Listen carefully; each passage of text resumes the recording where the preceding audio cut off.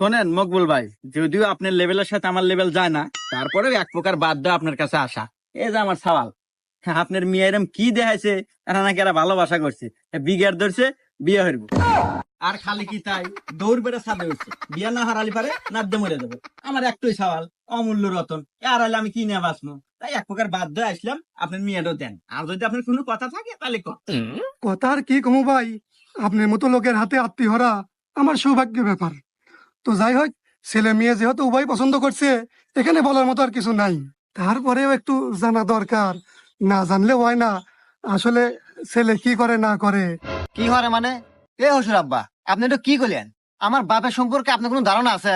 আমার বাপের যা আছে, আপনার মেয়ে আর আমি হারা বছর বসতে খামু, তার এক কানিও ফুরাবো না।